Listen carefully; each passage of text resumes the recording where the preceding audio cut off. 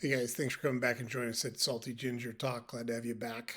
So, in today's episode, we're going to talk about the Second and Third Amendments in the Bill of Rights. Now, most people know what the Second Amendment covers, but I don't think a lot of people know what the Third Amendment covers. And I think it's terribly important to understand the Third Amendment uh, and why it's third, when it comes right after the Second Amendment. And we're going to talk about kind of the theory and thought behind the Second Amendment. And my view on it, I think it's different than I usually hear people talk about. I hear people talk a lot in absolutes about the complete and unabridged right of gun ownership, and I hear people talk about gun control. Um, and I think those are both a little bit misplaced as it relates to the original intent of the Second Amendment. So we're going to talk a lot about that in the episode today. And I can tell you, me personally, I'm a gun owner. I have boys, they own guns. I was taught to handle guns at a very young age. My dad served a tour in Vietnam and was a bird hunter. So I, at 8 years old, was handling long guns, shotguns, those kind of things. I didn't use a handgun until I was much older, but I used long guns very early in my life and was taught gun safety and appropriate use of firearms, all that stuff, pretty early on.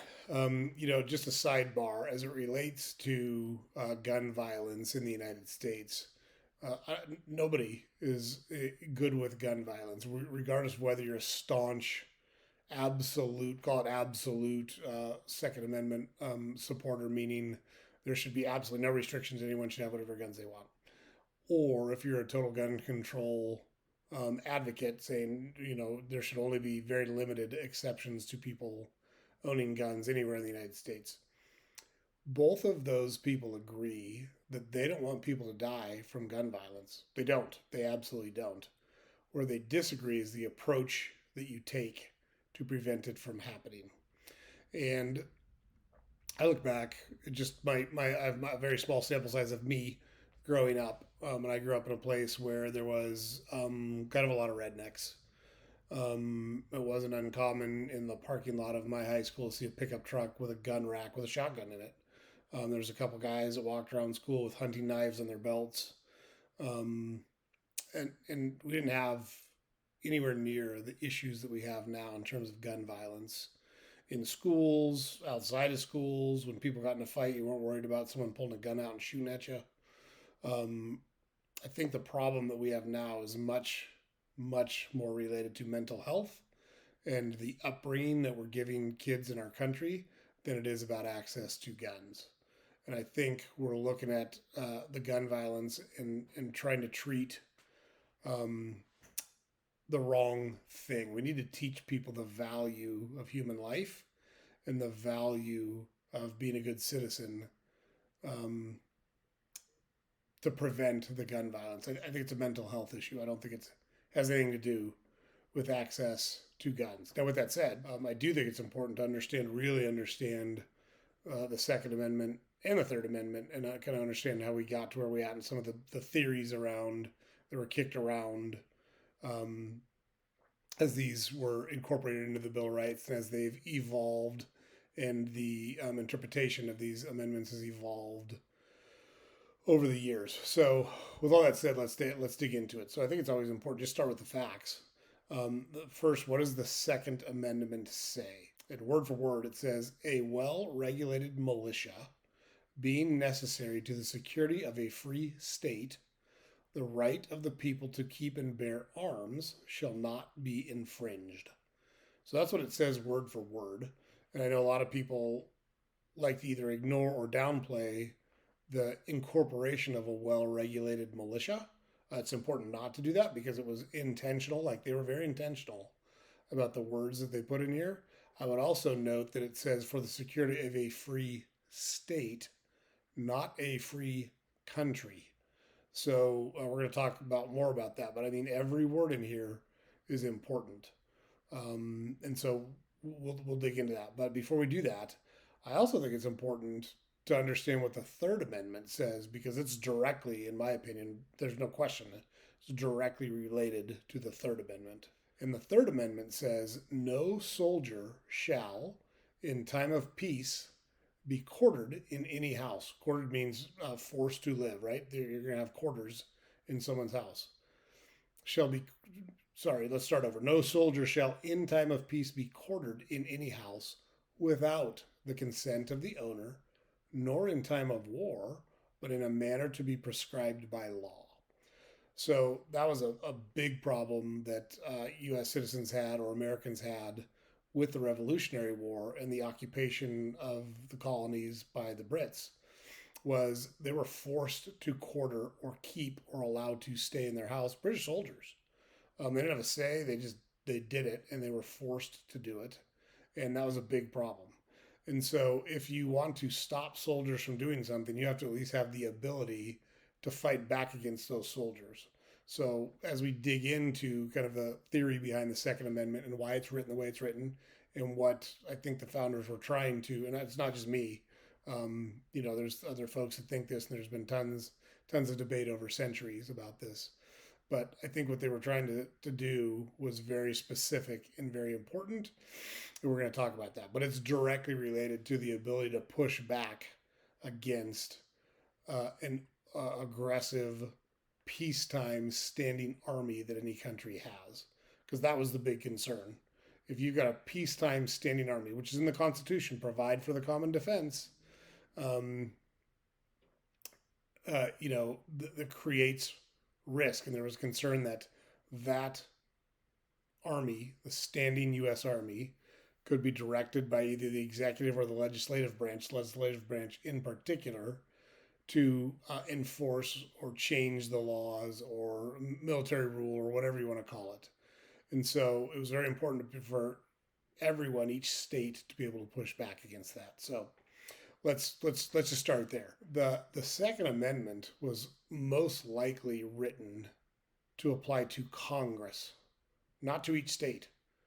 It was written to apply to Congress. In fact, it was written to protect the rights of each state to do what each state needed to do to protect itself. And we'll dig further into that in a little bit.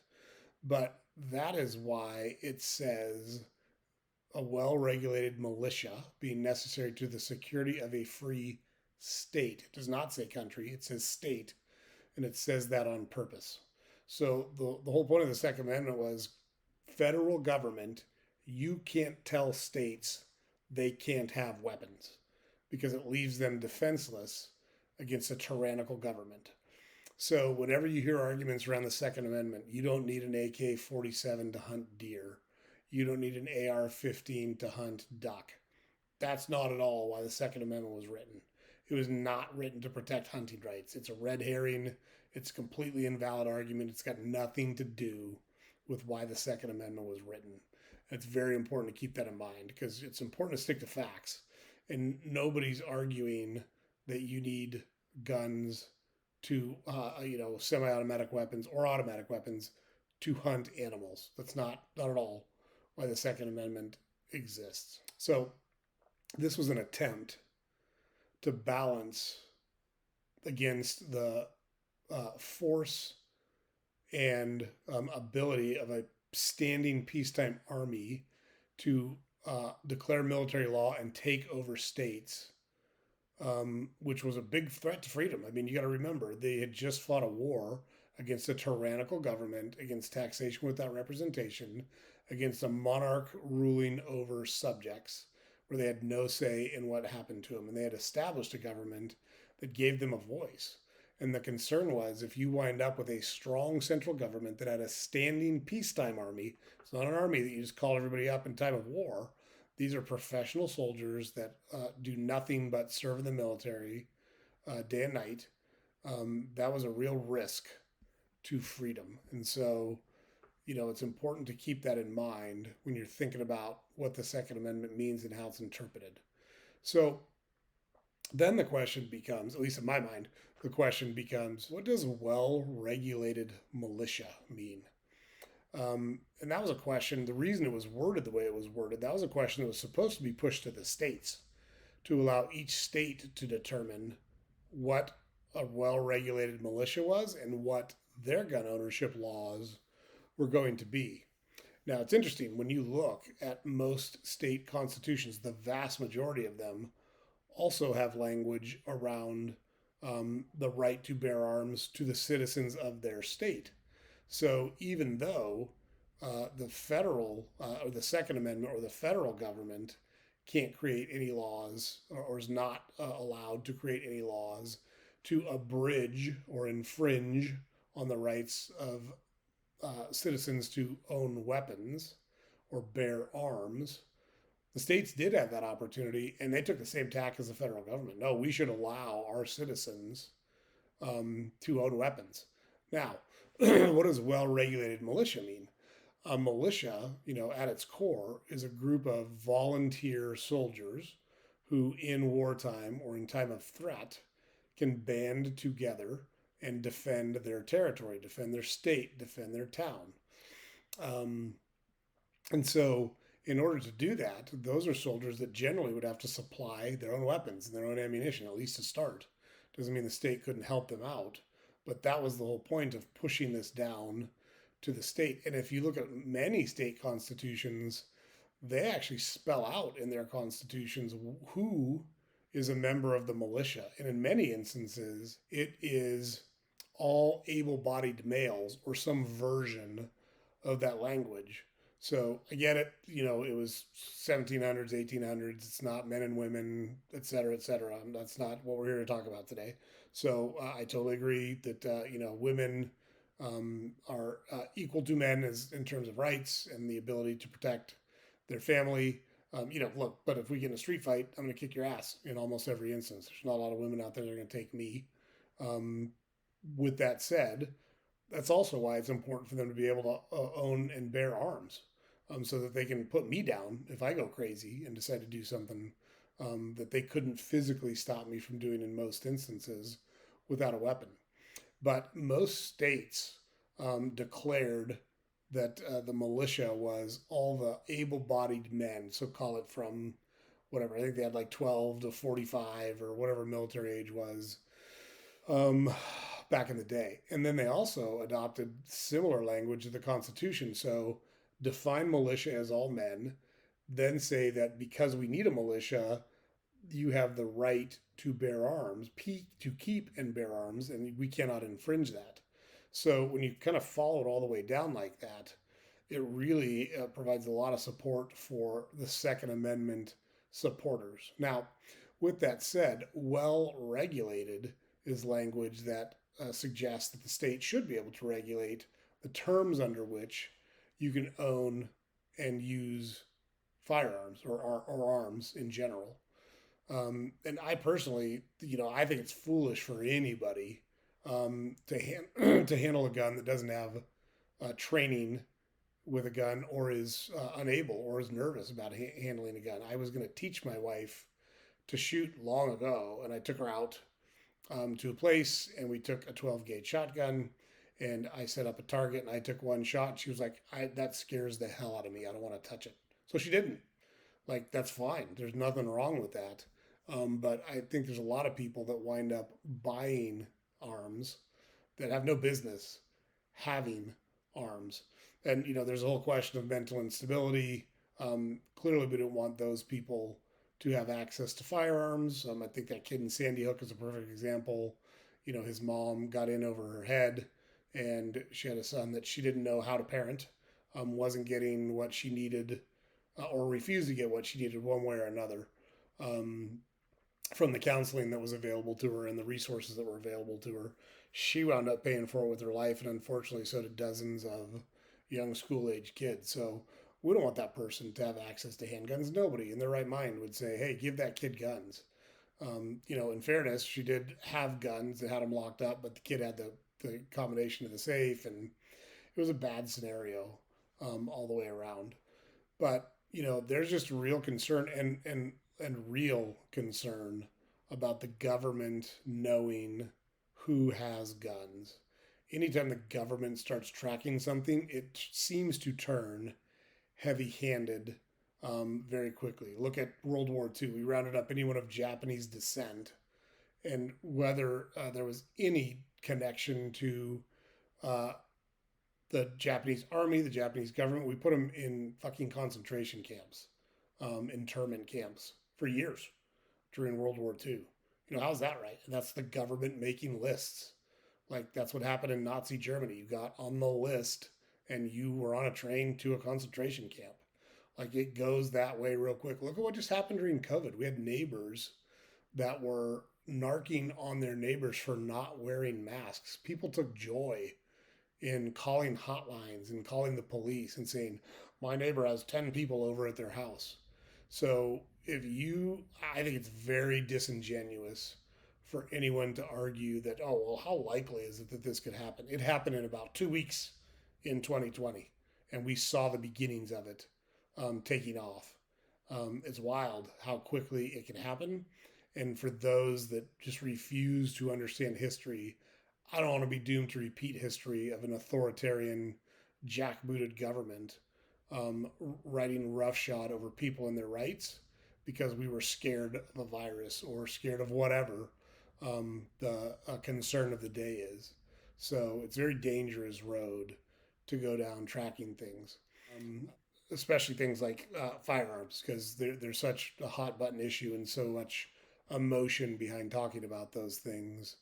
Um, I just think it's very dangerous. So, when you think about it from that perspective, the language in the Second Amendment makes perfect sense. Well regulated militia. Militia was intended to be defined by each state, which is largely happens in state constitutions, being necessary to the security of a free state.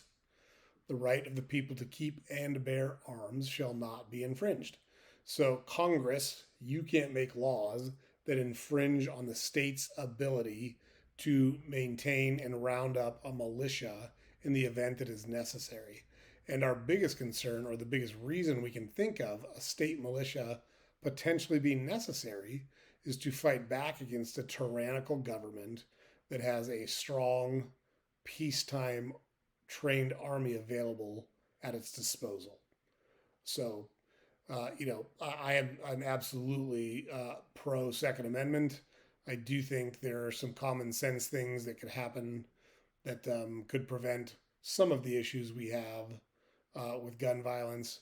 But I still think the by far the biggest challenge we have around gun violence is mental health treatment, raising our kids appropriately, teaching them to grow up and value a human life. For those of you that have not hunted or fished, you're taking a life when you do those things. It's also something that I was taught when I hunted and fished. Don't kill anything you're not going to eat or consume or use. Like, just taking a life unnecessarily is wrong.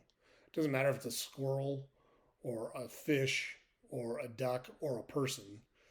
Killing something for the sake of killing it, man, that just doesn't make sense. It's just not right. Um, with that said, you should have a conscience when you kill something, and it should matter to you that you're killing something. And the fact that someone can do that to a person, let alone a squirrel or a duck or whatever the animal is, it's crazy. There's something mentally wrong with someone that can do that for no good reason. I can tell you, I would have no problem putting someone down if they were in my house or trying to hurt my kids or my wife or my family. I really wouldn't think twice about it. I know I'm wired differently than a lot of people, but I don't think there's a lot of people who would hesitate under those circumstances. But to shoot someone over a road rage incident, to shoot someone because your girlfriend just dumped you, to shoot someone because you got in an argument at the grocery store, it's craziness, man. And then that's the right way to think about it. It is crazy that those things are happening. And gun control is not going to stop that. Gun control is not going to solve that. If you look at the UK, there's a lot of stabbings that go on in the UK because they can't get guns. So they go get knives or they'll drive cars into people or they'll throw acid on people. They find different ways to really harm and kill people other than guns. So I just don't think gun control is the solution to the problem that we're trying to solve. With all that said, I do think it's important to understand how the Second Amendment is written, why it's written that way, the thought processes that went in, very deliberate thought processes that went in to writing the Second Amendment, and why it was so important. It's number two. It's right behind the First Amendment, which guarantees freedom of speech, religion, press, assembly, and the ability to petition the government, right? So you need to be able to defend those rights and stop a tyrannical government with a strong peacetime army from taking over. That's the entire point of the Second Amendment. So, hope you guys found that interesting. I did. We've got the link in the notes. So if you want to go research this and do some more reading on your own, happy to provide that. Appreciate you guys coming back, checking out the channel. Don't forget to head over to our website, saltygingertalk.com. All of our content's on there. All of our podcast episodes are on there. Links to our social media accounts are on there. And you can also sign up for our newsletter over there. Thanks again for coming, guys. We'll see you next time. Everybody have a great day.